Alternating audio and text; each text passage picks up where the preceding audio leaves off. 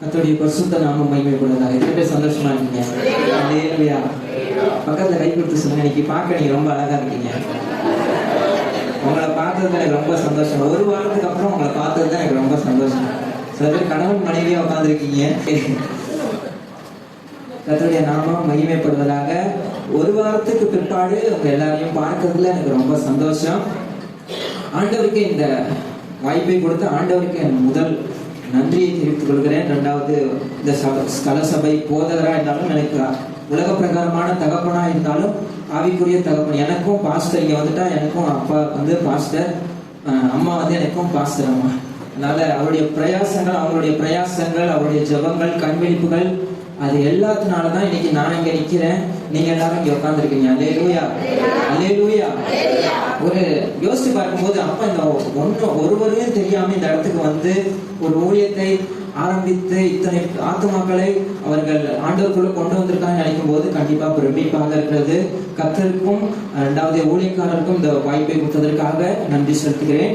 வேதத்தை கொண்டு வந்தவர்கள் என்னோட திருப்பிக் கொள்ளுங்கள். மத்தேயு 15ஆம் அதிகாரம் 21 - 28 வரைக்கும் யாராவது ஒரு சத்தமா கணீர்னு வாசிங்க. மத்தேயு 15ஆம் அதிகாரம் 21வது வசனத்திலிருந்து 28 வரைக்கும். அதுதான் நம்ம இன்னைக்கு தியானிக்க போறோம்.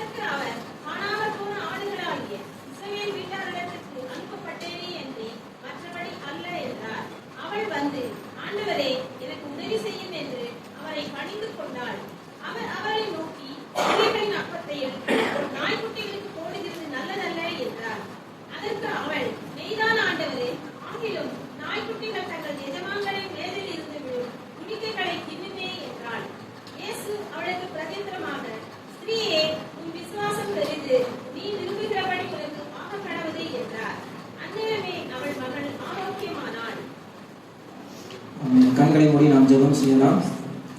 எங்களை பிரியமாக நேசிக்கிற எங்கள் அன்பின் பரலோகப்பிதாவே, இந்த ஆசீர்வதிக்கப்பட்ட உயிர்த்தெழுந்த நாளுக்காக நன்றி செலுத்துகிறோம்.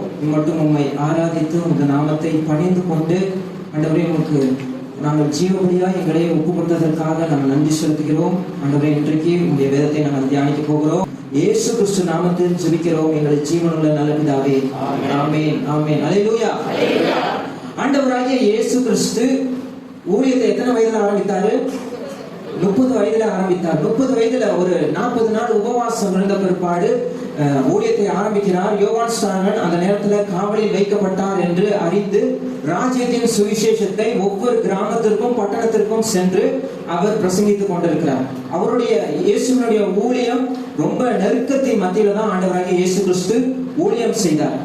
என்னென்ன நெருக்கம் வந்ததுன்னா பார்க்கும் பொழுது, முதலாவது நெருக்கம் ஜனங்கள், யூத ஜனங்கள் எல்லாரும் இவர்தான் மேசியா என்று சொல்லி, இவர் பூர்வ காலத்து தீர்க்கதரிசி என்று சிலர் நம்பினார்கள். சிலர் பார்க்கும் பொழுது எலியா என்று சொன்னார்கள். சிலர் இவர் தேவ மனிதன், பழைய தீர்க்கதரிசி என்று சொல்லி, எங்கு சென்றாலும் இயேசுவை சுற்றிலும் ஆயிரக்கணக்கான ஜனங்கள் இயேசுவை நெருங்கிக் கொண்டே இருப்பார்கள். அவருக்கு சாப்பிட கூட நேரம் இல்லாத ஒரு சூழ்நிலைனா நாம் சுவிசேஷ புத்தகத்திலே நாம் வாசிக்கிறோம். இது மாதிரி ஜனங்கள் நிமித்தமாக ஒரு நெருக்கம் வருகிறது. இரண்டாவது, அந்த நாட்டை ஆளுகிற ஏரோது அரசன் என்ன நினைச்சானா, நான் இந்த யோவான் ஸ்நானகனை கொண்டுட்டேன், அந்த யோவான் ஸ்நானகன் தான் மறுபடியும் வந்திருக்கிறாரு, உயிர்த்தெழுந்து வந்திருக்கிறார் என்று சொல்லி யோவான் ஸ்நானகன் இயேசுவை பார்க்க வகை தேடினான் என்று நாம் வாசிக்கிறோம். ஒரு புறம் ஜனங்கள் இயேசுவை நெருக்கிறார்கள். இரண்டாவது, ராஜா, அந்த நாட்டு ராஜாவே இயேசுவை பார்க்கணும்னு ஆசைப்படுறாரு, ஏரோது ராஜா.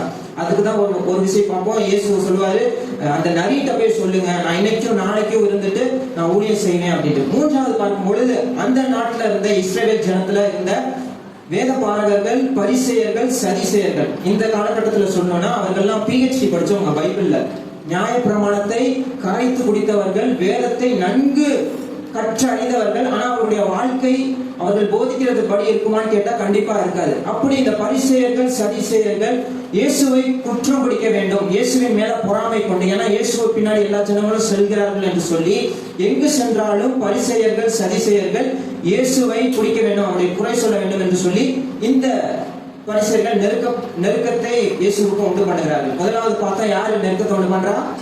ஜனங்கள் நெருக்கத்தை உண்டு பண்றாங்க. இரண்டாவது ஏரோது ராஜா நெருக்கத்தை உண்டு பண்ணுகிறார். மூன்றாவது யாரு?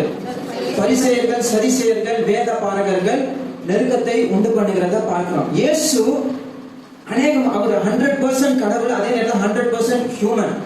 அவர் எப்படி 100% தெய்வீக தன்மையுடையவரோ அதே 100% அவர் மனித தன்மையுடையவர். நிறைய இடத்துல பார்க்கிறோம் இயேசு களைப்படைந்தவராய் சமாரிய பட்டணத்திற்கு சென்று அந்த கிணற்றின் அருகே அவர் களைப்படைந்தவர். நமக்கு வருகிற சோர்வு எல்லாமே இயேசுவுக்கும் வந்தது. அது மாதிரி இயேசு எங்க சென்றாலும் ஜனங்கள் நெருக்கி கொண்டிருக்கும் பொழுது இயேசுவுக்கும் ஒரு ஓய்வு தேவையா இருந்தது. சில இடத்துல நாம் வாசிப்போம், சீஷர்களை கூட்டிக் கொண்டு அவர் ஒரு தனித்த இடத்திற்கு சென்று அங்க ஓய்வு எடுக்கிறதை நாம் பார்த்திருக்கிறோம். அது மாதிரி ஓய்வெடுப்பதற்காக 12 சீஷர்களை கூட்டிக் கொண்டு செல்கிறார். எங்க செல்கிறார்னா இங்க 21வது வசனத்தை நாம் வாசிப்போம். பின்பு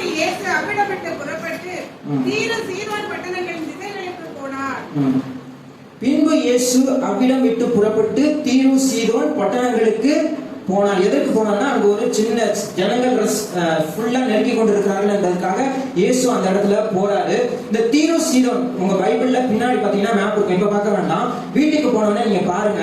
தீரு சீதோன் என்கிற பட்டணம் எங்க இருக்கும்னா கடலுக்கு கிட்ட இருக்கும். எப்படி சென்னை ஒரு ஓரத்துல இருக்குதோ அதே போல இஸ்ரேல் தேசத்துல தீரு சீதோன் என்கிற பட்டணம் எங்க இருக்கும்னா கடலுக்கு பக்கத்துல இருக்கிற ஒரு இடம். அந்த இடத்துல ரொம்ப கிளைமேட்டிக் கண்டிஷன் ரொம்ப நல்லா இருக்கும், மலைகள் இருக்கும். மலைகளுடைய தாழ்வாரங்கள் பார்க்கும்போது நல்ல ஓய்வெடுப்பதற்கான ஒரு நல்ல இடமாய் இருந்தது. அங்கதான் இயேசு போகிறார்.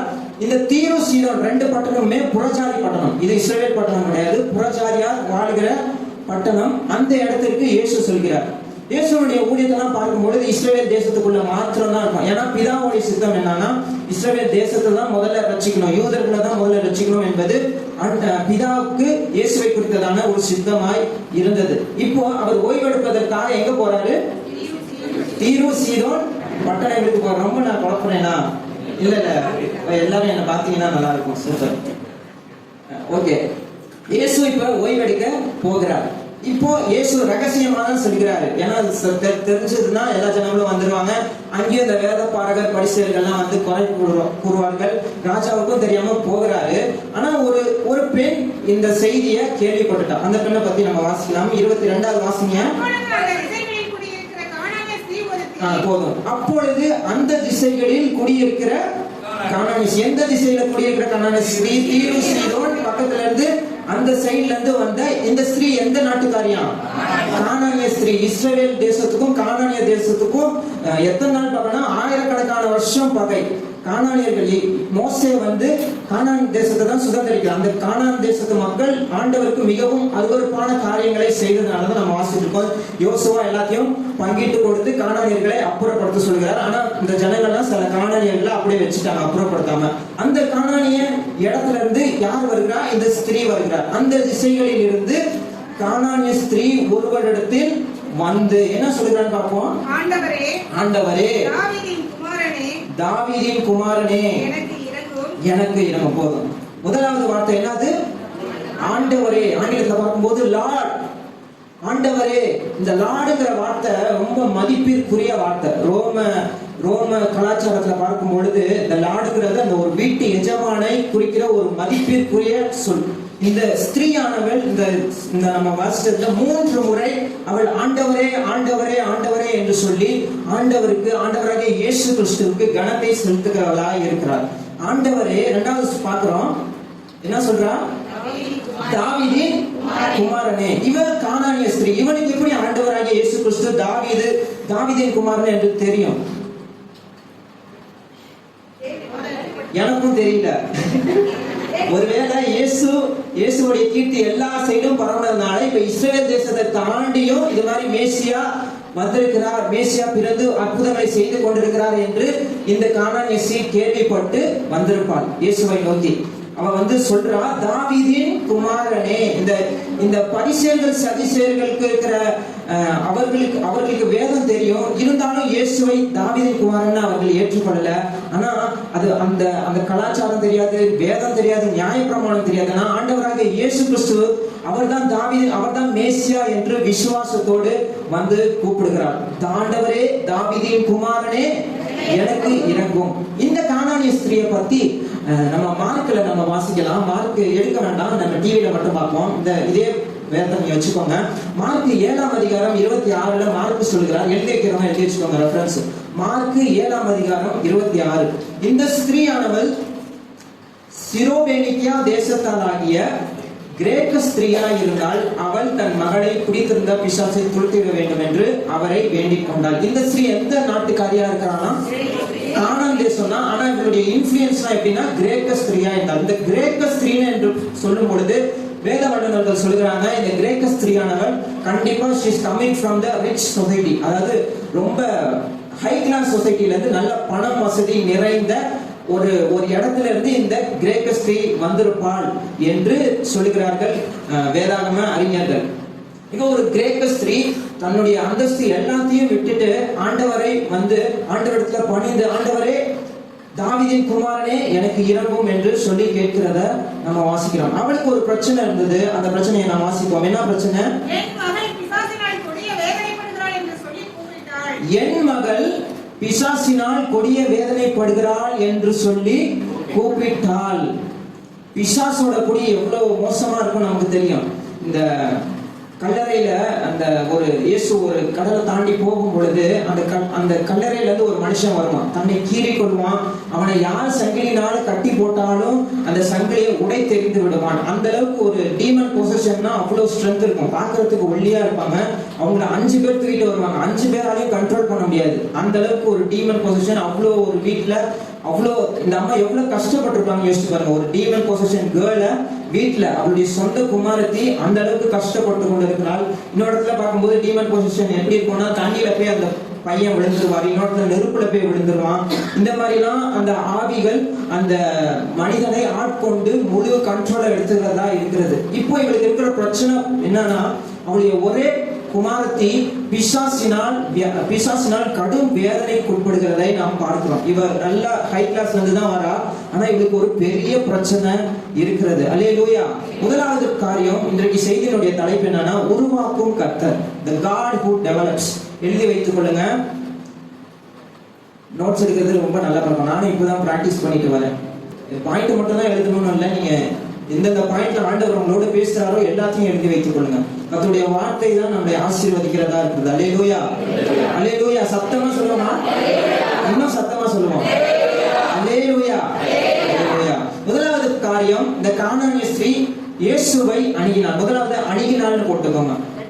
அணுகினாள், இயேசுவிடம் வர வேண்டும். வீட்டில ஒரு பிரச்சனை இருக்கும் பொழுது, நம்முடைய வீட்டிலே ஒரு பிரச்சனை ஒரு நெருக்கம் வரும் பொழுது ஆண்டவரை அணுக வேண்டும். இந்த கானானிய ஸ்திரீ மற்ற இடத்துக்கு போகல, ஆண்டவராக இயேசுவை நோக்கி வந்து இயேசுவை அணுகினதை நாம் பார்க்கிறோம். அதே போல நம்முடைய வாழ்க்கையிலும் ஆண்டவராக இயேசு கிறிஸ்துவை நாம் அணுக வேண்டும். தொடர்ந்து வாசிப்போம். 23வது. அவளுக்கு பிரதியுத்தரமாக அவர் ஒரு வார்த்தையும் சொல்லவில்லை. நம்ம வேதத்தை படிக்கும் பொழுது இந்த இடம் வரும் பொழுது நமக்கு கொஞ்சம் கடினமா இருக்கும். என்னடா ஏசப்பா எல்லா இடத்துலயும் இவ்வளவு இரக்கமா இருக்கிறாரு, இந்த இடத்துல பார்க்கும் பொழுது ஒரு பெண் வந்து கதறி கொண்டிருக்கிறா, ஒண்ணுமே சொல்லாம சைலண்டா இருக்காங்கன்னு சொல்லி பார்க்கும்போது முரண்பாடா இருக்கிற மாதிரி தெரியும். ஆனா ஆண்டவராக இயேசு கிறிஸ்து ஒரு காரியத்தை செய்கிறார் என்றால் அதற்கு பின்னாடி ஒரு காரணம் கண்டிப்பாக இருக்கும். இப்ப என்ன இயேசு பண்றாரா, அவர் ஒரு வார்த்தையும் சொல்லவில்லை. Jesus was silent. Jesus did not say even one word to her. இது மாதிரி என்னைக்காச்சும் நம்ம வாழ்க்கையில நடந்திருக்கா? நான் இவ்வளவு ஜெபம் பண்றேன், நான் ரொம்ப நாள் காத்திருக்கிறேன், ஆனா என்னுடைய வாழ்க்கையில என்னுடைய ஜெபத்திற்கு ஆண்டவர் பதில் சொல்லவே இல்லை, ஆண்டவர் சைலண்டா இருக்கிற மாதிரியே என்னுடைய வாழ்க்கையில இருக்குதுன்னு இன்றைக்கு இங்க வந்திருக்கீங்கன்னா இன்றைக்கான செய்தி உங்களுக்கு தான். இப்ப பின் தொடர்ந்து வருகிறா, வந்து தாவீதின் குமாரனே, நல்ல லாங்குவேஜ்ல நல்ல சூப்பரா ஜெபம் பண்றா, நல்ல வார்த்தைகள் எல்லாம் சொல்லி இவளுக்கு தாவீதின் குமாரன் இதை தெரிந்திருக்க வாய்ப்பு இல்லை. ஆண்டவர்கிட்ட எந்த வார்த்தையை சொன்னா அற்புதத்தை பெற்றுக் கொள்ளலாம் என்கிற வார்த்தையெல்லாம் அவள் தெரிந்து வைத்து வந்து வந்து நிற்கிறாள். ஆனா அங்க ரெஸ்பான்ஸ் எப்படி? there was no response. Jesus was silent. அமைதியாய் இருக்கிறத நாம பார்க்கிறோம். நம்முடைய வாழ்க்கையிலும் ஆண்டவர் சில காரியத்துல சைலண்டா இருக்கும் பொழுது நாம விட்டுவிட கூடாது. இந்த நேரத்துல பார்க்கும் பொழுது கானானிய ஸ்திரீயுடைய விசுவாசத்தை குலைக்க தேவன் விரும்பவில்லை, மாறாக அவருடைய விசுவாசத்தை உருவாக்க நினைத்தார். அல்லேலூயா, அல்லேலூயா. இயேசு நிச்சயமா அவருடைய இருதயத்தை அறிந்திருப்பார் கண்டிப்பா. ஏன்னா ஒரு இடத்துல சூமியில கையுடைய ஒரு மனுஷன் வந்து நிற்கும் பொழுது இவனை சுத்தமாக்குறது கரெக்டா தப்பான்னு கேட்கும்போது எல்லாம் அமைதியா இருப்பாங்க, சுத்திலும் இருக்கிற ஜனங்கள் எல்லாரும். அப்போ வந்து இயேசு அவர்களுடைய சிந்தையை இருதயத்தை அறிந்துன்னு சொல்லி ஒரு வசனம். இயேசு எல்லாருடைய இருதயத்தையும் அறிந்து வைத்திருந்தார். யோவான்ல படிக்கும் பொழுது அவர் வந்து இருதயத்தை அறிந்ததுனால அவர் யாரையும் அவ்வளவு சீக்கிரம் நம்பிடல அப்படின்னு சொல்லி ஒரு வசனம் இருக்கும். எல்லாருடைய இருதயம் எல்லாருடைய சிந்தனையும் இயேசுவுக்கு தெரியும். அதே போலதான் இந்த கானானிய ஸ்திரீ நான் அமைதியா இருந்தாலும் அவள் விட்டு போக மாட்டாள் என்று அறிந்து இயேசு அமைதியா இருக்கிறத நம்ம பார்க்கிறோம். அல்லேலூயா. முதலாவது அவள் என்ன செய்தாள்? இல்ல பாயிண்ட் அணுகினா. நாம நம்ம வீட்டுல ஒரு பிரச்சனை வரும்போது நாம யாரை அணுகணும்? இயேசுவை அணுக வேண்டும். அடுத்த வாசிங்க. அப்பொழுது அவருடைய சீஷர்கள் வந்து இவள் நம்மை பின்தொடர்ந்து கூப்பிடுகிறாளே, இவளை அனுப்பிவிடும் என்று அவரை வேண்டிக் கொண்டார்கள். எப்பொழுது இந்த சீஷர்களுடைய இதெல்லாம் வாசிக்கும் போது ரொம்ப இதா இருக்கும், நம்மள மாதிரியே இருக்காங்களே அப்படின்னு தோணும். கண்டிப்பா இது பேதுரு தான் சொல்லியிருப்பாருன்னு நினைக்கிறேன். ஏன்னா அவர் தான் முதல்ல ஆண்டவர்கிட்ட எதுவா இருந்தாலும் பேசுறது. சீஷர்கள் வந்து சொல்றாங்க, அவங்க எப்படி சொன்னாங்கன்னு தெரியல. ஒருவேளை அவங்க இந்த அம்மா வந்து கதறத பார்த்து மனம் உடைந்து இவளை ஏதாச்சும் அற்புதம் செஞ்சு அனுப்புங்கன்னு சொன்னாங்களா, ஐயோ இவளை டிஸ்டர்ப் பண்ணிட்டே பின்னாடி வரா, இவளை ஏதாச்சும் சொல்லி அனுப்புங்க அப்படி சொன்னாங்களா என்று தெரியல. ரெண்டு விதத்துல நம்ம எடுத்துக்கலாம். இவள் நம்மை பின்தொடர்ந்து கூப்பிடுகிறாளே, இவளுக்கு அற்புதம் செய்து இவளை அனுப்பிவிடும் சொன்னாங்களான்னு தெரியல, அல்லது இவள் டிஸ்டர்பா இருக்கு இவளை அனுப்பிவிடுங்க என்று சொன்னாங்களான்னு தெரியல. ஆனா மனிதர்கள் முன்னிலையில இவர் அற்புதத்தை எதிர்பார்த்து வந்து நிற்கும் பொழுது மனிதர்கள் முன்னிலையில அவமானப்படுகிறதை நாம் பார்க்கிறோம். நம்மளும் நம்முடைய விசுவாசத்துல ஆண்டவராகிய இயேசு கிறிஸ்துல வந்து அணுகி நாம ஜெபித்த பிற்பாடு சில நேரம் ஆண்டவர் சைலண்டா இருக்கிறது போல தெரியும் பொழுது மனிதர்கள் முன்பதாக நாம் அவமானப்படலாம், பரிதாபமாக நம்மை பார்க்கலாம். அந்த மாதிரி சூழ்நிலை வந்தாலும் இந்த கானானிய ஸ்திரீ அதெல்லாம் பார்த்து அசரவே இல்லை. பார்க்கிறோம், சீஷர்கள் முன்னிலையில அவமானப்பட்டா, பரிதாபமா காணப்பட்டா, இருந்தாலும் அவள் தன் மகளுக்காக இயேசுவை விடவில்லை. அல்லேலூயா. தொடர்ந்து கூப்பிடுகிறாளே, இவளை அனுப்பிவிடும் என்று அவரை வேண்டிக் கொண்டார்கள். அடுத்த வசனம் வாசிப்போம். அதற்கு இயேசு காணாமற் போன ஆடுகளாகிய இஸ்ரவேல் வீட்டாரிடத்திற்கு அனுப்பப்பட்டேனே என்று மற்றபடி அல்ல வென்றார். முதல்ல இயேசு சைலண்டா இருக்கிறாரு. அப்புறம் சீஷர்கள் வந்து சொல்றாங்க, இவளை ஏதாச்சும் சொல்லி அனுப்புங்கப்பா அப்படின்னு சொல்லும் பொழுது இப்பதான் இயேசு தன்னுடைய வாயை திறந்து சொல்கிறார். நல்ல வார்த்தை இயேசுவோட வாயில இருந்து வருதான்னு பார்த்தோம்னா எப்படி வருது? உங்களை பார்த்து இப்படி சொன்னா எப்படி இருக்கும்? உங்க குடும்பத்துக்கு நான் இங்க வளர்த்துக்கு வரல, நான் வந்தது யூத குடும்பத்துக்கு தான் வந்தேன்னு சொன்னா எப்படி இருக்கும்? கஷ்டமா இருக்கும். அதற்கு அவர் காணாமற் போன ஆடுகளாகிய இஸ்ரவேல் வீட்டாரிடத்திற்கு அனுப்பப்பட்டேனே என்று மற்றபடி அல்ல வென்றார். உண்மையான இயேசு இஸ்ரவேல் வீட்டாருக்கு தான் அனுப்பப்பட்டார். ஏன்னா அவரை குறித்ததான பழைய ஏற்பாட்டு தீர்க்க தரிசனங்கள் எல்லாமே இஸ்ரவேலை ரட்சிக்க தான் ஆண்டவராகிய இயேசு கிறிஸ்துவை பிதா தேவன் அனுப்பினார். கல்வாரி சிலுவையில் மரித்த பிற்பாடுதான் புறஜாதியார நம்மையும் அந்த இஸ்ரவேல் தேசத்துக்குள்ள நம்மளையும் சேர்த்தார். அல்லேலூயா, அல்லேலூயா. எடுக்க வேண்டாம், நம்ம இதுலயே பார்த்துடலாம். ஏசாயா 53:6-8 வாசிப்போம்.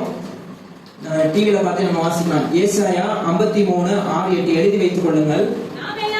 நாம் எல்லாரும் ஆடுகளை போல வழி தப்பி திரிந்து அவனவன் தன் வழியிலே போனோம். கர்த்தரோ நம்ம எல்லாருடைய அக்கிரமத்தையும் அவர் மேல் விழ பண்ணினார். ஒரு நிமிஷம். இந்த தீர்க்கதரிசியானவர் 56 வசனமே போடுங்க. இந்த தீர்க்கதரிசி ஏசாயா தீர்க்கதரிசி இஸ்ரவேல் ஜனங்களை பார்த்து சொல்கிறார், நாம் எல்லாரும் ஆடுகளை போல வழி தப்பி திரிந்தோம். அப்ப வந்து இது வந்து இயேசுவை குறித்ததான ஒரு தேசம். அவனவன் தன் வழியிலே போனோம். கர்த்தரோ அது இயேசுவோ நம்ம எல்லாரும் அக்கிரமத்தை அவர் மேல் விழ பண்ணி. யார் மேல? இயேசு மேல விழ பண்ணினா. அடுத்த வசனம், அவர் நொறுக்கப்பட்டும் இருந்தார், ஆனாலும் தம்முடைய வாயை அவர் திறக்கவில்லை. அடிக்கப்படும்படி கொண்டு போகப்படுகிற ஒரு ஆட்டுக்குட்டியை போலவும், தன்னை மயிர் கத்திரவனுக்கு முன்பாக சத்தமிடாது இருக்கிற ஆட்டை போலவும் அவர் தம்முடைய வாயை திறவாதிருந்தார். அடுத்து இடுக்கணிலும் நியாய தீர்ப்பிலும் இருந்து அவர் எடுக்கப்பட்டார். அவருடைய வம்சத்தை யாரால் சொல்ல முடியும்? ஜீவனுள்ளவருடைய தேசத்திலிருந்து அறுப்புண்டு போனோர் என் ஜனத்தின் வீழ்தலை நிமித்தம் அவர் பாதிக்கப்பட்டார். இந்த என் ஜனத்தின் நிமித்தம்னா யார் குறிக்கிறதுனா இஸ்ரவேல் ஜனத்தை குறிக்கிறது. உண்மையாலுமே ஆண்டவராக இயேசு கிறிஸ்து இந்த உலகத்துல வந்து அவருடைய ஊழியத்தை கவனித்து பார்க்கும் பொழுது அது முதலாவது யாருக்கு? இஸ்ரவேல் ஜனங்களுக்கு, யூதர்களுக்கு தான் ரட்சிப்பை தேவன் கட்டளையிட வந்தார். அவருடைய கல்வாரி சிலுவைக்கு பிற்பாடு அவர் உயிர்த்தெழுந்த பிற்பாடு தான் மத்தேயு 28 கடைசி வாசகம் நீங்க உலகமெங்கும் போய் சர்வ சிருஷ்டிக்கும் சுவிசேஷத்தை அறிவீர்கள். அந்த சர்வ சிருஷ்டியில தான் நாம எல்லாமே வரும். அது வரைக்கும் ஆண்டவருடைய மினிஸ்ட்ரி பிதா கொடுத்த அசைன்மெண்ட் என்னன்னா இஸ்ரவேல் ஜனங்கள் தான் இயேசுவுக்கு. அல்லேலூயா. இப்ப இயேசு சொன்னது புரியுதா? ஏன் அவர் அப்படி சொன்னாருன்ட்டு? அவர் கடினமான சொல்லல. பிதா தனக்கு என்ன சொல்லியிருக்காரோ அதை தான் நான் செய்ய முடியும்ங்கிறார். என்ன சொல்றாரு? காணாமற் போன ஆடுகளாகி, அதாவது யூதர்களுக்காக இஸ்ரவேல் வீட்டாரிடத்திற்கு அனுப்பப்பட்டேனே என்று மற்றபடி அல்ல வென்றார். அல்லேலூயா, அல்லேலூயா. இவன் எந்த இனத்துல இருந்து வந்திருக்கிறான்? கானானிய இனம். கானானிய இனமும் இஸ்ரவேல் இனமும் ரொம்ப பெரிய பகை இருக்கிறது. அந்த நேரத்துல பார்க்கும் பொழுது பெண்கள்லாம் அது ஒரு மேல் டாமினேட்டட் சொசைட்டி. யூதர்களுடைய சொசைட்டி பார்க்கும் பொழுது மேல் டாமினேட். அவர் யூதர்களுக்கெல்லாம் பெண்களை ஒரு பொருட்டாவே நினைக்க மாட்டாங்க. அந்த நேரத்துல இயேசு இப்படி சொல்லும் பொழுது அவருடைய மனசு எவ்வளவு வலித்திருக்கும். அந்த நேரத்துல அவளுடைய பிறப்பிடம், அவளுடைய இனம், கானானிய இனம் அவளுக்கு எதிராக இருந்தது. அவளுடைய பாலினம், அவள் தேர்ந்தெடுக்காத தன்னுடைய பாலினம் பெண்ணாக இருக்கிறது அவளுக்கு எதிராக இருந்தாலும் அவள் கர்த்தரை விட்டு செல்லாமல் அங்கே இருக்கிறத பார்க்கணும். அடுத்த வசனத்தை வாசிப்போம். அவள் வந்து ஆண்டவரே ஆண்டவரே எனக்கு உதவி செய்யும் என்று அவரை பணிந்து கொண்டாள். இரண்டாவது முறை வந்து பணிந்து கொள்கிறதை பார்க்கிறோம். செகண்ட் டைம் ஆண்டவரே லார்ட் என்று சொல்லி உதவி செய்யும் என்று அவரை பணிந்து கொண்டாள். இந்த பணிந்து கொண்டாள் என்கிற வார்த்தைய கிரேக்க பைபிள்ல பார்க்கும் பொழுது அந்த வார்த்தை என்னன்னா புரோஸ்குனியோ. கையை கொடுத்து சொல்லுங்க பக்கத்துல. புரோஸ்குனியோ இது ஒரு கிரேக்க பதம். புரோஸ்குனியோங்கிற வார்த்தை தான் பணிந்து கொண்டாள். இந்த பணிந்து கொண்டாங்கிறதுக்கு என்ன அர்த்தம்னா வொர்ஷிப். புரோஸ்குனியோனா வொர்ஷிப், முழங்கால் படியிட்டு பணிந்து கொள்கிறத பார்க்கிறோம். இப்ப இயேசு சொன்ன காரியம் என்னன்னா, காணாமற் போன ஆடுகளாகிய இஸ்ரவேல் வீட்டாருக்கு அனுப்பப்பட்டேன்னு சொன்னோடனே அந்த பெண் நினைச்சிருந்தா யூட்டர்ன் போட்டுட்டு நேரா பின்னாடி போயிருக்கலாம். சரி, இனிமேல் நமக்கு எந்த சான்ஸும் இல்லை, அவருக்கு இருக்க அசைன்மெண்ட் தான் அவர் ஃபுல்ஃபில் பண்ணணும்னு சொல்லிட்டு நினைச்சா போயிருக்கலாம். ஆனா இவர் செய்த காரியம் பார்க்கும் பொழுது அவள் வந்து நேரா பின்னாடி வந்து யூட்டர்ன் போட்டு இயேசுவின் இடத்துல முழங்கால் படியிட்டு பணிந்து கொண்டு அவரை ஆராதிக்கிறதை பார்க்கிறோம். அல்லேலூயா. முதலாவது அவள் பிரச்சனை வரும் பொழுது இயேசுவை அணுகினாள். இரண்டாவது இயேசுவை ஆராதித்தாள். அல்லேலூயா, அல்லேலூயா.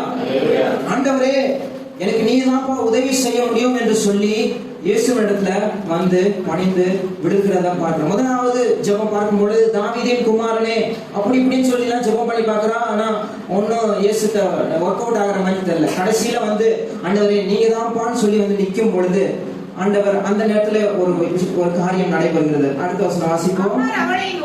அவர் அவளை நோக்கி பிள்ளைகளின் அப்பத்தை எடுத்து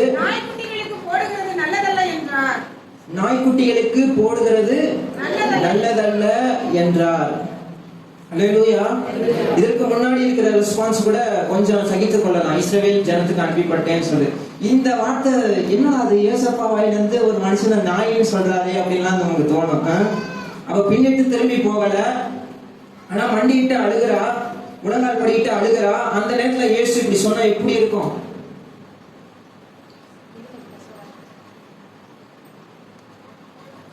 அவர் வந்து ஆண்டவரின் உதவியம் வந்து பிள்ளைகளின் அப்பத்தை எடுத்து நாய்க்குட்டிகளுக்கு போடுகிறது நல்லதல்ல என்றார். முழங்கால் படியிட்டு இருக்கும் பொழுது இந்த காரியத்தை ஆண்டவராகிய இயேசு கிறிஸ்து சொல்லுகிறதை நாம் பார்க்கிறோம். அவள் விட்டு போகல. ஜெபத்தை உறுதியாய் ஆண்டவர் நீர் எனக்கு அற்புதத்தை செய்தாலுடைய நான் உம்மை விட்டு போக மாட்டேன் என்று சொல்லிக் கொண்டார். இதே மாதிரி நம்ம பழைய ஏற்பாட்டுல ஒருத்தரை நம்ம வாசிப்போம். யாரு? யாக்கோபு. ஆண்டவரே நீர் என்னை ஆசீர்வதித்தால் ஒழிய நான் உம்மை போக விடேன் என்று சொல்லி ராம் முழுவதும் ஆண்டவராக இயேசுவினிடத்துல போராடுகிற ஒரு நபர் யாக்கோபு. அதே போலதான் நம்முடைய வாழ்க்கையில ஒரு பிரச்சனை வரும் பொழுது முழங்கால் படிட்டு ஆராதித்து, ஆண்டவரே நீர்தான் அப்பா எனக்கு உதவி செய்ய வேண்டும் என்று கதரும் பொழுது ஆண்டவர் அற்புதத்தை செய்கிறவராக இருக்கிறார். அல்லேலூயா. ஒரு சாட்சி சொல்லணும். எனக்கு எங்க அம்மா எங்க அப்பா கொடுத்து சொன்ன சாட்சி. எங்க ஆனந்த நகர், எத்தனை பேர் ஆனந்த நகர் சர்ச்சில் இருந்திருக்கீங்க? Okay, super. ஆனந்த நகர் சர்ச்சில் இருக்கும்போது எங்க தாத்தா இருந்தாங்க. எங்க மாமா எங்க அத்தாலாம் வந்திருக்காங்க இன்னைக்கு. நம்ம தாத்தா சிஎஸ்ஐ ஹாஸ்பிட்டல்ல உப்பு அதிகமாகி காலில் வந்து சீல் பிடிச்சிருந்தானேப்பா, கால் அழுகிருச்சு. கால் வந்து அந்த விரலை கட் பண்ணணும்னு சொல்லிட்டாங்க. அப்போ அப்பா ஊழியத்துக்கு வந்துட்டாங்க. முன்னாடி சொன்னது போல எல்லாவற்றையும் விட்டுட்டு, யாரையும் ஒரு நபரையும் இங்க டோல்கேட்ல தெரியாது, விட்டுட்டு வந்துட்டாங்க. சபை ஊழியம் தான். அந்த நேரத்துல சிஎஸ்ஐ ஹாஸ்பிட்டல் சேர்த்த பிற்பாடு ஒரு பெரிய தொகை கட்ட வேண்டும், 10,000 ரூபாய். அப்போ அது ஒரு 10 வருஷம், 2001 10 கூட நடந்திருக்கும். அந்த நேரத்துல 10,000 சாதாரண அமௌண்ட் இல்ல, ஊழியம் தான் செய்து கொண்டிருக்கிறோம். அந்த நேரத்துல அப்பா செய்த காரியம், சபை மேலதான் இருக்கும், கீழே வீடு மேல சபை. மேல போய் முழங்கால் படிட்டு ஜெபித்து விட்டு யார்கிட்ட பார்ப்போம்னு சொல்லி கேட்டு வந்து கீழே வந்து இருக்கும் பொழுது ஒரு ஊழியக்காரர் அந்த என்ன தொகை தேவைப்பட்டதோ அதே தொகையை அனுப்பி வைத்தார். அல்லேலூயா. முழங்கால் படிட்டு ஜெபிக்கும் பொழுது கர்த்தர் அந்த முழங்கால் படிட்டு ஜெபிக்கிற ஜெபத்தை கர்த்தர் பார்ப்பார். முழங்கால் படினா நம்மளை வருத்திட்டு ஜெபம் பண்ணணும்னு ஆண்டவர் சொல்லல. முழங்கால் படிக்கிறது வந்து ஒரு மரியாதையை குறிக்கிறது. நிறைய பேர் இன்னைக்கு சொல்லும்போது உடலை வருத்தி, அது புறஜாதி மருத்துவம் தான் உடலை வருத்திக்கிட்டு ஆண்டவர்கிட்ட வருவாங்க. நாம அப்படி உடலை வருத்தணும்னு அவசியம் இல்லை. முழங்கால் படிக்கிறது எதை குறிக்கிறதுனா, ஆண்டவருக்கு நாம கனத்தை செலுத்துகிறோம், ஒரு மரியாதையை செலுத்துகிறோம். இந்த கானானிய ஸ்திரீ வந்து முழங்கால் படிட்டு பணிந்து கொண்டாள் என்று வாசிக்கிறோம். அது போல ஆண்டவர் அப்படி முழங்கால் படித்து அவர் வந்து ஆண்டவரே வந்து கேட்கும் பொழுது ஆண்டவர் அற்புதங்களை செய்கிற தேவனாய் இருக்கிறார். அல்லேலூயா. என்னுடைய வாழ்க்கையில ஒரு சாட்சி சொல்ல முடியும்.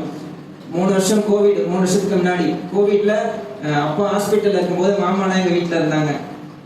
மறக்கவே முடியாது. எங்க மாமா என் கோவிட் இருக்கும் பொழுது கூடவே இருந்து, நாங்க இங்க உட்காந்து சாப்பிடுவோம், அவங்க உட்காந்து சாப்பிடுவாங்க. ஒரே வீட்டுல எங்க 2 பேருக்கு கோவிட்னு தெரிஞ்சும் வந்து உட்கார்ந்து இருந்தாங்க. அந்த டைம்ல நாங்க வந்து வீட்டுல இருக்கும் பொழுது சில சமயம் 3 நாளைக்கு ஒரு வாட்டி சூப்பு போடுறதுக்காண்டி முருங்கைக்கீரை தேவைப்படும். அதுக்காண்டி நான் இங்க வருவேன். இங்க வரும் பொழுது அப்போ ஹாஸ்பிட்டல் இருக்கும் பொழுது கதவை திறந்து வந்து இங்க ஒரு ஜென்ரேட்டர் இருக்கும். நீங்க எல்லாம் சேர்ல உட்காந்துருக்கீங்க, அங்க ஜென்ரேட்டர் இருக்கும். அங்க முழங்கால் போடிட்டு கதறி அழுதேன். ஆண்டவரே எனக்கு அப்பா மட்டும் மறுபடியும் கொடுத்துருங்க அப்படின்னு சொல்லி கதறி அழுதேன். அந்த ஜெபத்தை கேட்டு கர்த்தர் அப்பாவை குணப்படுத்தி இன்றைக்கு நம்ம மத்தியிலே இருக்கிறார். அல்லேலூயா. முழங்கால் படிட்டு ஜெபிக்கிற ஜெபத்திற்கு ஒரு வல்லமை கண்டிப்பா உண்டு. அந்த முழங்கால் படிக்கும் போது கர்த்தரை நாம் கனப்படுத்துகிறோம். அவரை கனப்படுத்தும் போது கர்த்தர் நம்மை கனப்படுத்துகிற தேவனாய் இருக்கிறார். அல்லேலூயா.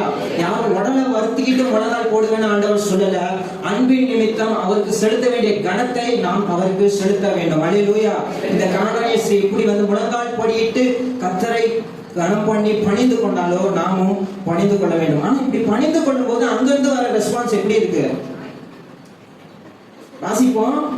அவர் அவளை நோக்கி பிள்ளைகளின் அப்பத்தை எடுத்து நாய்க்குட்டிகளுக்கு போடுகிறது நல்லதில்ல. முதல்ல யாவது சொன்னாரு, இஸ்ரவேல் ஜனத்துக்கு தான் நான் அனுப்பப்பட்டேன்னு. இப்ப 2வது ரெஸ்பான்ஸ் இருந்து வருது. ரொம்ப கேட்கறதுக்கு ரொம்ப இதா இருந்தாலும் அது அவ்வளவு மோசமான இது கிடையாது. ஏன்னு நான் சொல்றேன், இந்த இந்த இந்த நாய்க்குட்டின்னு இருக்கிற இந்த வார்த்தை கிரேக்க வார்த்தை பார்க்கும் பொழுது நம்ம தமிழ் கரெக்டா தான் டிரான்ஸ்லேட் பண்ணியிருக்காங்க. குனாரியோஸ்னா என்ன அர்த்தம்னா நாய்க்குட்டி, அதாவது வீட்டுல வளர்க்கிற செல்ல பெட்டு. எல்லாரும் யார் வீட்லயாச்சும் நாய் வளர்க்குறீங்களா? நாய், அந்த நாய் வந்து ரோம கலாச்சாரத்துல நாய் வந்து ஒரு வீட்டுல ஒரு அங்கத்தினர் மாதிரி தான். ஆனா ஆண்டவர் சொல்கிற காரியம் என்னன்னா, முதல்ல என் பிள்ளை இருக்கும் போது அந்த பிள்ளை கொடுத்துட்டு தான் நான் அடுத்த இது கொடுக்க முடியும். அந்த அர்த்தத்துலதான் ஆண்டவர் சொல்கிறார் பிள்ளைகளின் அப்பத்தை. அதாவது இமேஜின் பண்ணி பாருங்க, வீட்டுல வந்து உட்காந்துருக்காங்க, எல்லாம் டேபிள் உட்காந்துருக்காங்க. அப்போ அந்த பையன், எஜமானுடைய பையன் தட்டுல இருக்கிற அந்த இதை எடுத்து, அப்பத்தை எடுத்து அப்படியே நாய்க்குட்டிக்கு எந்த ஒரு தகப்பனாரும் போடுவாங்களா? முதல்ல பிள்ளைங்க தான், அதுக்கு அடுத்துதான் நாய்க்குட்டி. அதுதான் இது குனாரியோஸ், லிட்டில் டாக், பப்பி. தெருநாய்னு ஆண்டவர் சொல்லல, வீட்டுல வளர்ற சின்ன நாய், பெட்டா, செல்ல பிராணி. இதே புதிய பாட்டுல நிறைய இடத்துல நாய்னு வரும். எங்கன்னா பிலிப்பியர்ல பார்க்கிறோம், நாய்களுக்கு எச்சரிக்கையா இருங்கள். அந்த இடத்துல நாய்ங்கிற வார்த்தை வந்து குனாரியோஸ் கிடையாது, குவான்னு சொல்லியிருக்கோம். அந்த குவானுங்கிற வார்த்தை தான் தெருவில் போகிற நாய், எதை கண்டாலும் சாப்பிடுற நாய், திட்டத்துக்கு பயன்படுத்துகிற ஒரு வார்த்தை. இயேசு சொல்லுகிறார், பிள்ளைகளின் அப்பத்தை எடுத்து நாய்க்குட்டிகளுக்கு போடுவது நல்லது அல்ல. நம்மளாம் இப்படி பண்ணுவோமா? நமக்கு நம்முடைய வீட்டுல இருக்கிற ஒரு பிள்ளையோட வாயில இப்படி அப்பத்தை எடுத்து வரும்போது அதை தட்டி விட்டுட்டு நாய்க்கு சாப்பிட்டு நம்ம பண்ணுவோமா? கண்டிப்பா பண்ண மாட்டோம். அதுதான் ஆண்டவராகிய இயேசு கிறிஸ்து சொல்கிறார், முதலாவது நான் வந்தது என்னுடைய அசைன்மெண்ட் யாருக்குன்னா, பிதா கொடுத்த அசைன்மெண்ட் யூதர்களுக்கு, அதாவது இஸ்ரவேல் ஜனதாரிடத்திற்கு நான் அனுப்பப்பட்டேன். அந்த நேரத்துல நான் கானானிய இடத்துல நான் செய்ய முடியாது அப்படின்னு ஆண்டவராகிய இயேசு கிறிஸ்து சொல்லுகிறதை நாம் பார்க்கிறோம். அல்லேலூயா. ஆனா நேரம் வரும், நான் கண்டிப்பா உன்னையும் போஷிப்பேன். ஏன்னா கல்வாரி சிலுவை பிற்பாடு புறஜாதியார் எல்லாருமே இஸ்ரவேல் ஆவிக்குரிய இஸ்ரவேலராய் மாற்றப்பட்டார்கள். அல்லேலூயா. எபேசியர் 2ஆம் அதிகாரம் 11வது வசனத்திலிருந்து 16 எழுதி வைத்துக் கொள்ளுங்கள், வாசிப்போம். எபேசியர் 2ஆம் அதிகாரம் 11லிருந்து 16. ஆனபடினாலே முன்னே மாம்சத்தின்படி புறஜாதியாராய் இருந்து மாம்சத்தில் கையினால் செய்யப்படுகிற விருத்த சேதனம் உடையவர்களால் விருத்த சேதனம் இல்லாதவர்கள் என்னப்பட்ட போதும். முதல்ல இந்த கானானியஸ், இந்த வசனத்தை படிக்கும் போது இந்த கானானியஸ்ரியோட பாயிண்ட் ஆஃப் வியூல இருந்து படிச்சு பாருங்க. முன்னே மாம்சத்தின்படி புறஜாதியார் யாரு? கண்டிப்பா கானானியஸ்ரி மாம்சத்தின்படி புறஜாதி, இஸ்ரவேல் தேசத்துக்கார் அல்ல. மாம்சத்தில் கையினால் செய்யப்படுகிற விருத்த சேதனம் அடைந்தவர்கள் அல்ல. அவருடைய குடும்பத்தை யாரும் விருத்த சேதனம் பண்ணியிருக்க மாட்டாங்க. இன்றைக்கு நாமளும் அப்படிதான். நாமளும் மாம்சத்தின்படி இஸ்ரவேலர்கள் அல்ல, ஆபிரகாம் ஈசாக்கு யாக்கோபுடைய சந்ததியில் வந்தவர்கள் அல்ல. நாம் யாரும் மாம்சத்தில் செய்யப்படுகிற விருத்த சேதனம். இங்க ஒரு யூதன் தானா நம்மளை பார்த்து சொல்லுவான், நீ விருத்த சேதனம் இல்லாதவன் என்று சொல்லுவான். விருத்த சேதனம் உடையவர்களால் விருத்த சேதனம் இல்லாதவர்கள் எனப்பட்ட நீங்கள் அக்காலத்திலே கிறிஸ்துவை, இப்போ கானானிய ஸ்திரீ எல்லாருமே எப்படி இருக்காங்கன்னா கிறிஸ்துவை சேராதவர்கள், இஸ்ரவேலுடைய காணியாட்சிக்கு, இவ இஸ்ரவேல் தேசத்துல இல்ல, இவ இஸ்ரவேல் காணியாட்சிக்கு புறம்பானவள்.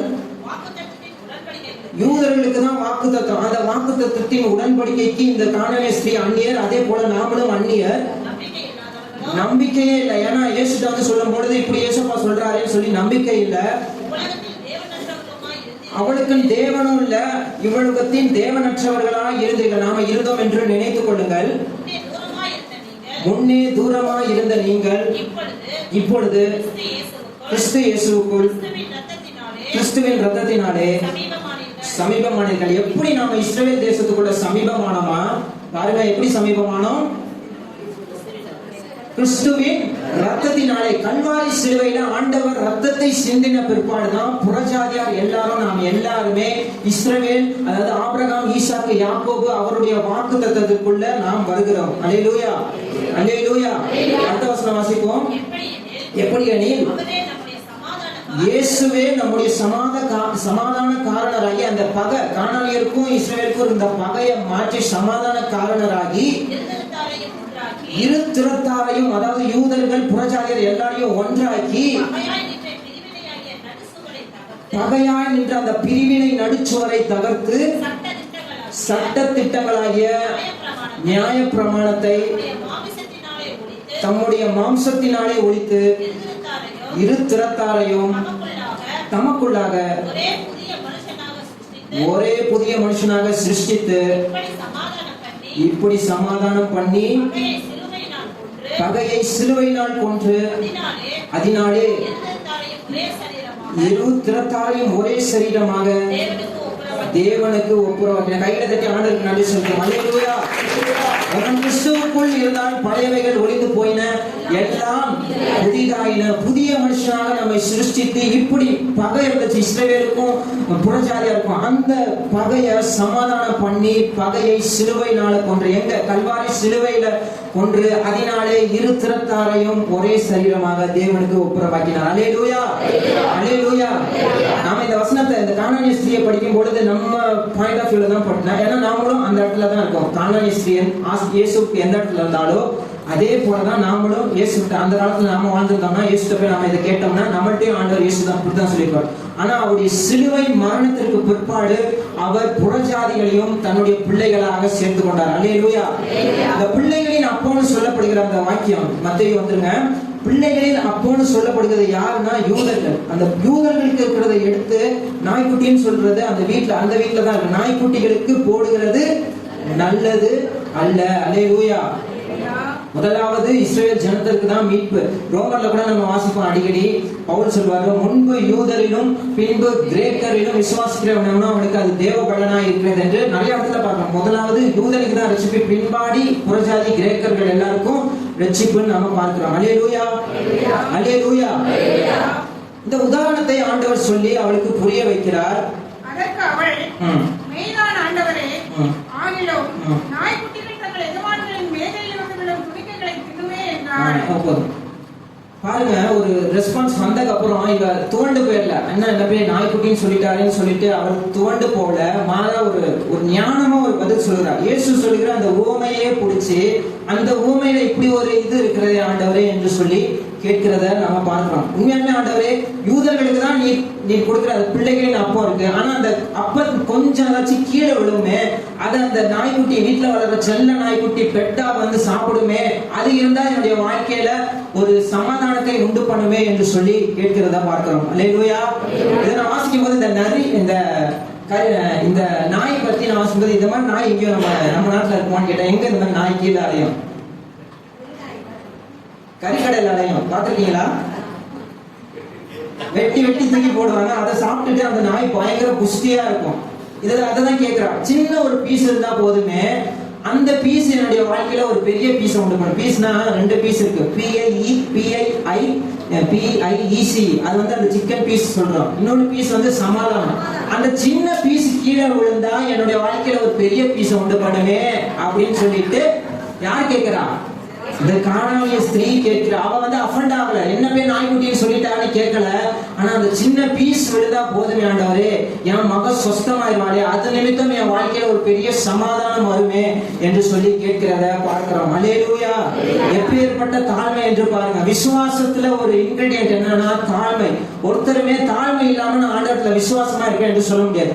இந்த புறஜாதியானவர் எந்த அளவுக்கு தன்னை தாழ்த்துகிறாள். முதல்ல பணிந்து ஆராதிக்கிறார். இயேசு என்ன சொன்னா பரவாயில்லன்னு சொல்லி ஆராதிக்கிறார். இரண்டாவது, நாய்க்குட்டின்னு சொன்ன பிற்பாடும் இயேசு விட்டு போவாம அற்புதத்தை பெற்றுக்கொண்டுதான் செல்வேன் என்று இருக்கிறதை பார்க்கிறோம். அல்லேலூயா, அல்லேலூயா. எபேசியர்ல நாம் வாசித்தது பிரகாரம் அவள் காணியாட்சிக்கு புறம்பானவள், அவளுக்கு உடன்படிக்கைக்கும் அவளுக்கும் சம்பந்தம் இல்லை. அவளால டிமாண்ட் பண்ண முடியாது, நீ எனக்கு செஞ்சாவன ஆண்டவரேன்னு சொல்ல முடியாது. ஏன்னா வாக்குத்தத்தம் எல்லாமே யாருக்குன்னா யூதர்களுக்கு இருந்தும் அவள் செல்லவில்லை. அல்லேலூயா. ஒரு புறஜாதி பெண்ணா இருக்கிறதுனால இந்த நிலைமை அவளுக்கு. இதே யூதனா இருந்தானா உடனே ஆண்டவர். நிறைய இடத்துல பார்க்கிறோம், இந்த குருடர்கள்லாம் வந்து கூப்பிடுவாங்க, தாவீதின் குமாரனே எனக்கு இறங்கும் சொன்னே கூப்பிட்டு, எனக்கு செய்யறதுக்கு உங்களுக்கு வல்லமை உண்டு நினைக்க விசுவாசிக்கிறேன் கேட்டோம். விசுவாசிக்கிற மாண்டவர்னு சொன்னானே உடனே சுகப்படுத்தி அனுப்புவார். அந்த மாதிரி நடந்திருக்க வேண்டிய சூழ்நிலை, இவளுடைய பிறப்பிடம், இவளுடைய இனம் இவளுக்கு எதிராக இருந்ததுனால இப்படிப்பட்ட ஒரு சூழ்நிலையில இருக்கிறத நம்ம பார்க்கிறோம். அல்லேலூயா, அல்லேலூயா. நம்முடைய விசுவாசத்துல நமக்கு ஒரு தாழ்மை, ஆண்டவரத்துல வரும் பொழுது நமக்கு ஒரு தாழ்மை இருக்கு. பேதுருல நம்ம வாசிப்போம், அவருடைய ஏற்ற காலத்தில் அவர் நம்மை உயர்த்தும்படி அவருடைய பலத்த கருத்துக்குள் அடங்கி இருந்த. Be humble ourselves, we should humble. நம்ம முடிஞ்ச அளவுக்கு ஆண்டவரத்துல நம்மை நாமே தாழ்த்தும் போதுதான் ஆண்டவர் நம்மை உயர்த்துகிறார். அல்லேலூயா. 2 ஜெபம் நம்ம பார்ப்போம் மத்தேயுல. ஒன்னு பரிசேயருடைய ஜெபம், இன்னொன்னு ஆயக்காரர். இந்த பரிசேயருடைய ஜெபம் ரொம்ப பெருமையா இருக்கும். ஆனா இந்த ஆயக்காருடைய ஜெபம், நான் வானத்துக்கு பார்க்கறதுக்கு கூட எனக்கு தகுதி இல்லை ஆண்டவரே என்று சொல்லி கேட்கும் போது ஆண்டவர் அந்த ஜெபத்தை கேட்கிற தேவனா இருக்கிறார். தாழ்மையை பார்க்கிறார், ஜெபத்துல தாழ்மையை பார்க்கிறார். அல்லேலூயா, அல்லேலூயா. பிள்ளைகளின் அப்பத்தை எடுத்து நாய்க்குட்டிகளுக்கு போடுகிறது நல்லதல்ல, அதற்கு அவர், மெய்தான் ஆண்டவரே, ஆகிலும் நாய்க்குட்டிகள் தங்கள் எஜமான்களின் மேஜையிலிருந்து விழும் துணிக்கைகளை தின்னுமே என்றார். இயேசு அவளுக்கு பிரதியுத்தரமாக வாசிப்போம், ஸ்திரீயே, உன் விசுவாசம் பெரிது, நீ விரும்புகிறபடி உனக்கு ஆக கடவது என்றார். அல்லேலூயா. அவ வந்திருக்கும் பொழுது அவருடைய விசுவாசம் ஒரு கடுகு விதை அளவு விசுவாசம், ரொம்ப சின்ன விசுவாசமா இருந்திருக்கும். ஆனா இங்க ஆண்டவர் அவளை வணைந்து, ஒரு குயவன் எப்படி ஒரு பானையை வணைகிறது போல ஆண்டவர் சில சூழ்நிலைகளை அவருடைய வாழ்க்கையில அனுப்பி இந்த ஜனங்கள்லாம் பரிதாபமா பார்க்கப்படுகிற அளவுக்கு ஒரு இதை உண்டு பண்ணி அவளுடைய விசுவாசத்தை வளர்த்து அவர் சொல்லுகிற காரியம், ஸ்திரீயே, உன் விசுவாசம் பெரியது. அல்லேலூயா. நீ விரும்புகிறபடி உனக்கு ஆக கடவது. ஒரு அற்புதத்தை பெற்றுக்கொள்ள வேண்டும் என்றால் நம்முடைய வாழ்க்கையில விசுவாசம் ரொம்ப முக்கியமானதா இருக்குது. ஆண்டவராகிய இயேசு கிறிஸ்து அற்புதத்தை பெற வந்த ஜனங்கள்கிட்ட அவர் பார்த்த ஒரே ஒரு காரியம், உன்கிட்ட விசுவாசம் இருக்குதா, அந்த நபர்கிட்ட விசுவாசம் இருக்குதா என்று பார்த்துதான் அந்த நபருக்கு அற்புதத்தை செய்கிறார். நம்முடைய வாழ்க்கையில அற்புதம், ஆண்டவர் நம்முடைய ஜெபத்தை கேட்க வேண்டும் என்றால் ஒரு முக்கியமான காரியம் நமக்கு தேவை. என்ன தேவை? விசுவாசம் நமக்கு தேவையா இருக்கிறது. அல்லேலூயா. இயேசு இந்த புறஜாதி பெண்ணுக்கு மாத்திரம் தான் இந்த அற்புதத்தை செய்தாரான்னு கேட்டா, இன்னொரு ஒரு புறஜாதி இருக்காரு இந்த சுவிசேஷ புத்தகத்தை. யாரு சொல்லுங்க பார்ப்போம்.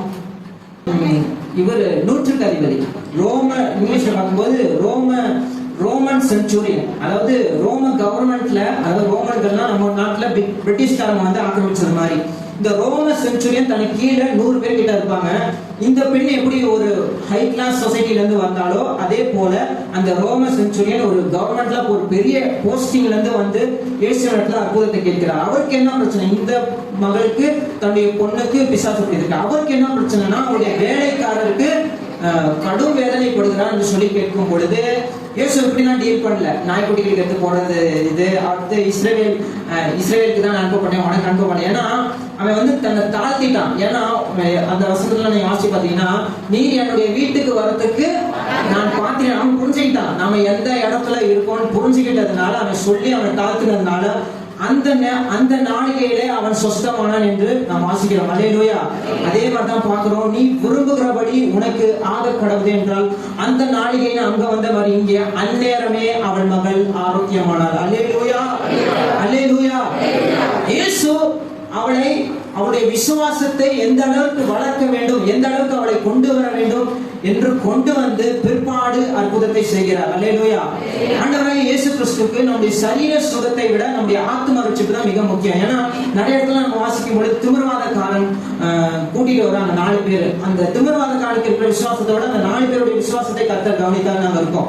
அந்த விசுவாசத்தை பார்த்துட்டு திமிர்வாதக்காரன் உடனே ஏஞ்சி போன்னு சொல்லிடலாம், அது ரொம்ப ஈஸி. ஆனா ஆண்டவராகிய இயேசு கிறிஸ்து என்ன பண்ணார்னா, உன்னுடைய பாவங்கள் உனக்கு மன்னிக்கப்பட்டது. சரீர சுகத்தை விட ஆண்டவர் இயேசு கிறிஸ்து எதற்கு முக்கியத்துவம் கொடுக்கிறார்னா, நம்முடைய ஆத்ம ரட்சிப்பு, நம்முடைய கேரக்டருக்கு தான் முக்கியத்துவம் கொடுக்கிறார். நம்முடைய கேரக்டரை நல்லா வணைந்து நம்முடைய கேரக்டரை நல்லா மோல்டு பண்ணி கர்த்தர் அற்புதத்தை செய்கிற தேவனாய் இருக்கிறார். அல்லேலூயா. ஆண்டவர் அந்த பெண்ணை எந்த இடத்துக்கு அவளை கொண்டு வர வேண்டும் என்று பார்த்தாரோ அந்த இடத்துக்கு அவள் வந்துட்டா. ஃபர்ஸ்ட் வரும்போது கொஞ்சம் இதாக இருந்தா, அவளுடைய விசுவாசம் அந்த லெவலுக்கு வந்த பிற்பாடு உடனே அற்புதம் நடந்ததை பார்க்கிறோம். அல்லேலூயா. முதலாவது அவள் என்ன செய்த? முதல் பாயிண்ட் என்னது? இயேசுவை அணுகினாள். இரண்டாவது ஆராதித்தார். பணிந்து கொண்டது புரோஸ்குனியோங்கிற வார்த்தை, ஆராதித்தார். அவ்வளவு பிரச்சனை, வீட்டுல அவ்வளவு பிரச்சனை இருந்தாலும் இயேசுவை ஆராதித்தார். நம்முடைய வாழ்க்கையிலும் பிரச்சனைகள், போராட்டங்கள் வரும். அதில் மத்தியிலும் கர்த்தரை ஆராதிக்க வேண்டும். அல்லேலூயா. மூன்றாவது அற்புதத்தை பெற்றாள். அல்லேலூயா.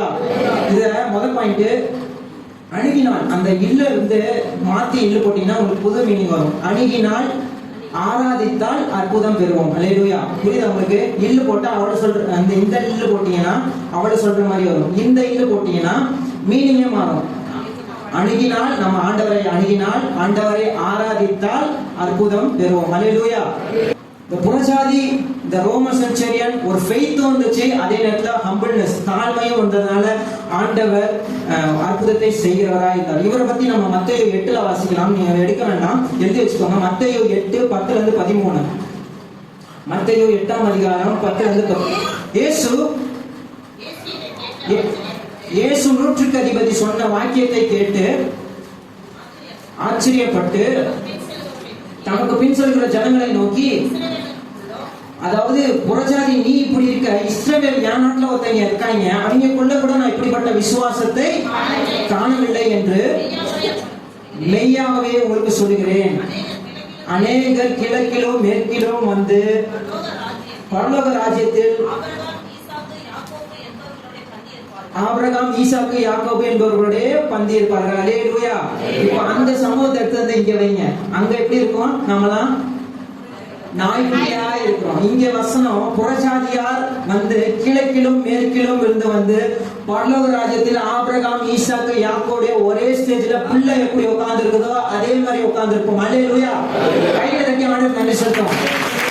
ஆண்டவருடைய சிலுவை மரணம் நமக்கு என்ன பெரிய காரியத்தை செய்திருக்கிறது. பக்கத்துல கை கொடுத்து சொல்லுங்க, நாய்க்குட்டியா இருந்த உங்களை புள்ள குட்டியா மாத்திட்டாரு. அல்லேலூயா. நாய்க்குட்டியா இருந்த உங்களை புள்ள குட்டியாய் மாத்திட்டார். அல்லேலூயா. ராஜ்யத்தின், அதுக்கு அடுத்த வசனம் வாசிங்க, 12வது வசனம். ராஜ்யத்தின் புத்திரரோ யார்? இந்த இஸ்ரவேல் ஜனங்கள். அந்த புத்திரர் அவங்களுக்கு தான் இது புறம்பான இருளே தள்ளப்படுவார்கள், அங்கே அழுகை பக்கடிப்பும் உண்டாயிருக்கும் என்று உங்களுக்கு சொல்லுகிறேன். பின்பு இயேசு 100க்கு அதிபதியை நோக்கி, நீ போகலாம், நீ விசுவாசித்தபடி.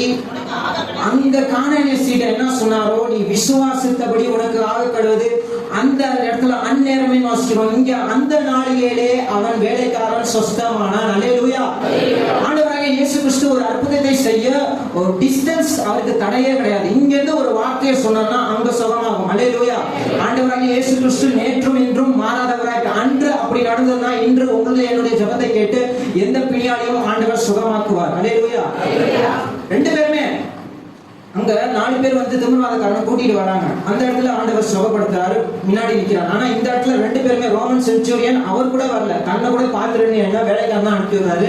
இங்க அந்த பெண்ணை கூட்டிட்டு வரல. மற்ற இடத்துல எல்லாம் பாக்குறோம், ஒரு தகப்பன் தான் தன் பிள்ளைய கூட்டிட்டு வர்றாரு. ஆண்டவரே சீசர்கள் டைம்லாம் கொண்டு வந்தேன், ஒருத்தராலையும் சுகப்படுத்த முடியலன்னு சில பிசாசு பிடித்திருந்த மகன்களை தகப்பன்மார் கொண்டு வந்தாங்க. ஆனா இந்த மகளை இந்த தாயார் கொண்டு வரல. அதே போல ரோம சேவகர் தன்னுடைய சேவகனை கொண்டு வரல. இருந்தாலும் கர்த்தர் அவர்களுடைய விசுவாசத்தை பார்த்து அற்புதத்தை செய்தார். அல்லேலூயா. அல்லேலூயா. ஒண்ணு, அந்த வியாதி உள்ளவர்களுக்கு விசுவாசம் வேண்டும். இல்லாட்டி நாம யாராச்சும் இயேசுவை சபைக்கு கொண்டு வந்து அவர் நம்ம யாருக்காச்சும் ஜெபம் பண்றோம்ல, நம்முடைய விசுவாசத்தை பார்த்து கர்த்தர் அவர்களுக்கு அற்புதத்தை செய்ய அவர் உண்மையுள்ளவராக இருக்கிறார், வல்லமையுள்ளவராக இருக்கிறார். அல்லேலூயா. அல்லேலூயா. என்னுடைய வாழ்க்கையில நான் பார்த்தது 25 வருஷம் எனக்கு ஆகுது. 25 வயசு 10 வயசுல இருந்து நான் சர்ச்சில் வளர்றேன்னு வச்சுக்கோங்க. வந்து பார்க்கும் பொழுது இந்த இயேசுநாதர் வாழ்க்கையில எப்படி இருக்கும், எப்படின்னா அவருடைய சொந்த ஊருக்கு இயேசு போகும் பொழுது அந்த சொந்த வீட்டுக்காரங்க ஏத்துக்க மாட்டாங்க. இவருடைய அப்பா கார்பெண்டர், இவர் அப்பா வந்து கார்பெண்டரா இருக்காரு, இவர் அப்பா செஞ்சு கொடுத்த ஜன்னல்லாம் எங்க வீட்டுல தொங்கிட்டு இருக்கு, அவர் செய்த கதவுலாம் இருக்கு அப்படின்னு சொல்லியிருப்பாங்க. அடுத்து அந்த தாயார் எங்க வீட்டுல தான் இருக்கு, எங்க ஊர்ல தான் இருக்காங்க, அவருடைய சகோதரர் எல்லாருமே இருக்காங்க, இவர் என்ன பெரிய அற்புதத்தை செய்ய முடியும்னு சொல்லி அந்த சொந்த ஊருக்காரவங்க இயேசுவை விசுவாசிக்காதனால வசனம் சொல்கிறது அந்த இடத்துல அவர் அநேக அற்புதத்தை செய்யவில்லை. ஏன்னா விசுவாசம் இல்லை, இதை பார்த்தது இதென்ன அப்படிங்கிற மாதிரி. அதே மாதிரிதான் நான் பாக்குறேன், சின்ன வயசுல இருந்து 10 வயசுல இருந்து பாக்குறேன், யாரெல்லாம் கிறிஸ்தவ குடும்பத்திலே வளர்ந்து நானும் போதகர், நானும் கிறிஸ்தவ குடும்பத்தான் வளர்ந்துருக்கேன், யாரெல்லாம் அப்படி இருக்கிறாங்களோ அவர்களுக்கு விசுவாசம் குன்றி போயிருக்கு. ஏன்னா சின்ன வயசுல இருந்தே அதை நான் பார்க்காததான் அந்த மாதிரி. ஆனா ஒரு புறஜாதி மார்க்கத்துல இருந்து ஒருத்தர் ரட்சிக்கப்பட்டு சபைக்குள்ள வரும்பொழுது நான் பார்க்கிறது அவர்களுக்கு இருக்கிற விசுவாசம் ரொம்ப பெரிதா இருக்கு. அந்த விசுவாசத்தை வைத்து உடனே கர்த்தர் அற்புதத்தை செய்கிறார். அற்புதத்தை பெற்றுக்கொண்டு அவர்கள் இன்னும் உறுதியாய் மாறுகிறார்கள். அல்லேலூயா. நீங்க கூட இதை பார்த்திருப்பீங்க. நான் நிறைய இதே பாட்டை நான் நிறைய பேர்ட்ட நான் பார்த்திருக்கேன். நான் ஒரு இடத்துல கேம்பு போயிருந்தேன். அங்க ஒரு பையன் சிசிஐல இருந்து ரட்சிக்கப்பட்டு ஹிந்துல இருந்து VBS மூலியமா ரட்சிக்கப்பட்டாங்க. அந்த பையன் வந்திருந்தான். அவ்வளோ ஃபெய்த், வசனத்தின் மீது அவ்வளோ வாஞ்சை, அவ்வளோ ஒரு ஆண்டவர் மேல அவ்வளவு விசுவாசம். நான் போதகர் பையனா இருக்கேன், அவனை பார்க்கும்போது எனக்கு இதா இருக்கு, என்னடா இந்த பையன் இப்படி இருக்கான், நம்ம இப்படி இருக்கோம்னு சொல்லி அந்த அளவுக்கு தோணுது. அதே காரியம் தான் ஆண்டவராகிய இயேசு கிறிஸ்து வாழ்க்கையிலும் அவருடைய காலத்திலேயும் நடந்தது. புறஜாதி மார்க்கெல்லாம் வந்து இயேசுவிடத்துல விசுவாசத்தை வைத்து அற்புதத்தை பெற்றுக்கொண்டு சென்றாங்க. ஆனா அந்த ஊர்ல இருந்த அந்த யூதர்கள் இயேசுவை புறம்பே தள்ளினார்கள். ரொம்ப பரிதாபமான ஒரு சூழ்நிலை. இருக்கிற பிள்ளைகளுக்கு நான் சொல்றேன், சின்ன வயசுல இருந்து நீங்க சபைக்கு வரீங்கிறதுனால கிறிஸ்தவ இதாயிட முடியாது. ஆண்டவர் மீது ஒரு பிடிப்பு நமக்கு இருக்க வேண்டும். இந்த ஒரு ஃபெமிலியாரிட்டின்னு சொல்லுவாங்க. இதை நான் பார்க்கறதா சின்ன வயசுல இருந்து பார்த்து நீங்க கவனிச்சு பார்த்தீங்கன்னா சபையில வளர்ற பிள்ளைங்களுக்கும் புதுசா உள்ள வர பிள்ளைங்களுக்கும் ஒரு வித்தியாசம் இருக்கும். எனக்கு சில நேரம் ஆண்டவர் ஒரு பழமொழி மூலியமா ஆண்டவர் என்னோட பேசுவார். கோவில் போன அது ஒரு பழமொழி இருக்கு தெரியுமா, பயம் அறியாது. எனக்கு சில சமயம் எனக்கு நான் வச்சும் அட்வான்டேஜ் எடுத்துக்கிறேன், ஒரு அது கிராண்டடா எடுத்துக்கிறேன்னா ஆண்டவர் இந்த பழமொழியை வைத்து என்கிட்ட பேசுவார். ஆண்டவர் எப்பொழுதுமே வசனத்தின் மூலியமா தான் பேசுவார்னு சொல்ல முடியாது. சில நேரம் பைக்ல போயிட்டு இருக்கும்போது ஒரு வாக்கியம் வரும், அந்த வாக்கியத்தின் மூலம் கூட நம்மகிட்ட பேசுவார். ஒரு புறச்சாரி மனுஷன் வாயில இருந்து வர வார்த்தை கூட வச்சு பேசுவாரு. அடுத்து ஒரு சின்ன பிள்ளை வாயில இருந்து வர வார்த்தையை வச்சு கூட ஆண்டவர் பேசுவார். இந்த பழமொழி அடிக்கடி ஆண்டவர் எனக்கு நினைப்பூட்டுவார். ஊழியத்துல இருந்து நீ சின்ன வயசுல இருந்து போதகர் பையங்கிறதுனால நீ எதையும் கிராண்டடா எடுத்துக்காது. கோவில் போன பயம் அறியுமா? எல்லாம் அந்த கோவில்ல போய் பார்த்தீங்கன்னா அந்த சன்னிதானத்துக்குள்ள யாரும் போக முடியாது. வெளியில இருந்தே இப்படி வணக்கம் சொல்லி கும்பிட்டு இருக்கணும். அந்த நேரத்துல அந்த கோயிலே ஒரு ஓரத்துல ஒரு பூனை குட்டி போட்டுருக்கணும்னு வச்சுக்கோங்க. அந்த பூனைக்கு இந்த சாமி இதெல்லாம் தெரியாது. அது பாட்டுக்கு உள்ள உட்பிரகாரத்துக்கு போகும். அந்த விக்கிரத்துக்கு மேலே ஏறி கூட உட்காரும். அந்த மாதிரிலாம் நடக்கும். கோவில் போனா பயம் மரியாதைன்னு சொல்லுவாங்க. அதே போலதான் நாம சபைக்குள்ள இருந்து புதுசா வரவங்க ரட்சிக்கப்பட்டு அற்புதத்தை பெற்றுக்கொண்டு சென்று விடுவாங்க. நாம கோவில் பூனையா இருந்து கர்த்தரிடத்துல அற்புதத்தை பெற்றுக்கொள்ளாமல் இருந்து விடக்கூடாது. அல்லேலூயா, அல்லேலூயா. நான் சொல்றது புரியுது? அல்லேலூயா, அல்லேலூயா. சில நேரம் நமக்கு அந்த இது வந்துருது. நம்ம பார்க்காத இதா நீ கூட ஆராதனை ஆரம்பிக்கும் பொழுது பார்க்கும் பொழுது உலகம் வந்துட்டாங்க. நாம பார்க்காததா பாஸ்டர் தான் பாடிட்டு இருப்பாரு, அதுதான் ஃபெமிலியாரிட்டி. இல்லாட்டி சாமம் பாடிட்டு இருப்பா. ஏன் 2வது பாட்டுக்கு போனா என்ன, 3வது பாட்டுக்கு போனா என்ன? சில சமயம் வர்ஷிப் முடிஞ்சு நம்ம வார்த்தைக்கு போயிட்டா அதுதான் கோவில் பூனையோட சுபாவம். அந்த நான் பார்க்காததா அப்படின்னு நினைத்தோம்னாலே கர்த்தரிடத்துல பெரிய காரியத்தை நாம் எதிர்பார்க்க முடியாது. இந்த புறஜாதியாரை போல விசுவாசம் உடையவர்களாய் கர்த்தருக்கு செலுத்த வேண்டிய கணத்தை செலுத்தி மரியாதையை செலுத்தி அவரை அணுகி அவரை ஆராதிக்கும் பொழுது அவர் அற்புதத்தை செய்கிற தேவனாய் இருக்கிறார். அல்லேலூயா. ஆண்டவர் நமக்கு எவ்வளவு பெரிய காரியத்தை செய்திருக்கிறார். புறஜாதியாரா இருந்த நம்ம சிலுவை மரணத்தினால அவருடைய பிள்ளையாய் மாத்திருக்கிறார். அவருடைய சிலுவை மரணத்திற்கு நாம கொடுக்கிற மரியாதை என்னன்னா, கர்த்தருக்கு நேரத்துக்கு வந்து கர்த்தரை ஆராதிப்பது, கர்த்தருக்காக எல்லாவற்றையும் செய்வதுதான் நம்ம அவருக்கு செலுத்துகிற மரியாதையா இருக்கிறது. அல்லேலூயா, அல்லேலூயா. நம்ம எத்தனை மணிக்கு நேரத்துக்கு வரோங்கிறது நம்ம கொடுக்கிற மரியாதையை காமிக்கிறது. ஏன்னா ஒரு முதலமைச்சர் உங்களை கூப்பிடுறான்னு வச்சுக்கோங்க. நம்ம எல்லாரும் ஒரு 5 நிமிஷம் 10 நிமிஷம் தள்ளி போவோமா? முதல் நாளே சில பேர் போயிடுவீங்க. அட்லீஸ்ட் 1 மணி நேரத்துக்கு முன்னாடி போவோம். ஆனா இங்க நம்ம படைத்த ஆண்டவருக்கு நாம் செலுத்துகிறதுக்கான எப்படி இருக்குன்னு கொஞ்சம் யோசிச்சு பார்ப்போம். அந்த கமிட்மெண்ட் எப்படி இருக்குன்னு பார்ப்போம். இந்த கானான் ஸ்திரீ ஃபுல் கமிட்மெண்டோட இருந்தா. ஆனா நம்முடைய வாழ்க்கையில கோவில் பூனையா நாம இருந்துடக்கூடாது. சபையில வளர்ந்ததுனால ஆண்டவருடைய காரியங்களை கிராண்டடா எடுத்துக்க கூடாது. அல்லேலூயா. அவ வரும்போது சின்ன விசுவாசத்தோடு வந்தா, ஆனா அவளுடைய விசுவாசத்தை கர்த்தர் கனம் பண்ணி அவளை பிள்ளையாய் மாற்றி, நாய்க்குட்டியாய் இருந்தவளை சிலுவை மரணத்தினாலே பிள்ளைக்குட்டியாய் மாத்திட்டார். அல்லேலூயா, அல்லேலூயா. நம்முடைய வாழ்க்கையில சில பிரச்சனைகள் போராட்டங்கள்லாம் வரும் பொழுது கர்த்தர் நம்மை வணங்குகிறார் என்று அர்த்தம். உதாரணத்துக்கு ஒரு கள்ளன், அதாவது கள்ளன்னா அந்த திருடன் கள்ளன் அல்ல, கொல்லன்னா அந்த இரும்பு அடைக்கிறவங்க. அந்த பட்டறையில போய் பார்த்தீங்கன்னா இரும்பு எப்படி செய்வாங்கன்னா, நல்லா நெருப்புல போட்டு எரிச்சோடனே அந்த இரும்பு அப்படியே உருகி குழம்பா மாறிடும். குழம்பா மாறினதுக்கு அப்புறம் தான் அதை எப்படி வணைய வேண்டுமோ அப்படி வணைவாங்க. அதே போலதான் நம்முடைய ஆண்டவராகிய இயேசு கிறிஸ்து இங்க பார்க்கும்போது இந்த கானானிய ஸ்திரீக்கு மனிதர்கள், இந்த சீஷர்கள்லாம் அவளை அற்பமா பார்த்தாங்க. சில காரியங்களை கர்த்தர் அனுமதித்தார். அனுமதிப்பதன் மூலமாக அவருடைய கேரக்டரை வணைந்து அவருடைய விசுவாசத்தை வளர்த்தது போல நம்மளையும் தேவன் சில காரியங்களை கொடுத்து வணைவார். அப்போதான் நம்ம வளைந்து கொடுப்போம் என்பதை அறிந்து கர்த்தர் நம்முடைய வாழ்க்கையில செய்கிறவராய் இருக்கிறார். அல்லேலூயா. முதலாவது பார்க்கிறோம், அவள் அணுகினால், இயேசுவாண்டை வந்தாள். 2வது ஆராதித்தாள். 3வது அற்புதம் பெற்றாள். அல்லேலூயா, அல்லேலூயா. கண்களை மூடி நாம் கேட்ட வார்த்தைக்கு நாமே ஒப்பு கொடுத்து நாம் ஜெபிக்கலாம்.